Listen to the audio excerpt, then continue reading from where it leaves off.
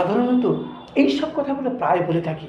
মনে হয় না সুজি তোমাকে এই বিষয়ে কিছু বলবে, মনে হয় না লোকটি তোমাকে টাকাটা দেবে, মনে হয় না সে তোমার সাথে বেড়াতে যাবে, মনে হয় না তুমি আগামীকাল তার বাড়িতে যাবে। তো এই সব কথাগুলোকে আমরা ইংরেজিতে কীভাবে বলবো? মনে রাখতে হবে এই মনে হয় না এর ইংলিশটা হচ্ছে ইট ডাজন্ট সিম দ্যাট। তখন আমরা বাক্যের গঠনটা করব ইট ডাজন্ট সিম দ্যাট যুক্ত সাবজেক্ট যুক্ত উড যুক্ত ভি1 যুক্ত আদার ইন সেন্টেন্সেস।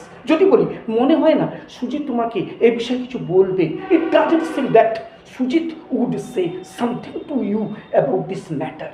মনে হয় না লোকটি তোমাকে টাকাটা দেবে, it doesn't seem that the man would give the money to you. মনে হয় না সে তোমার সাথে বেড়াতে যাবে, it doesn't seem that he would go to work with you.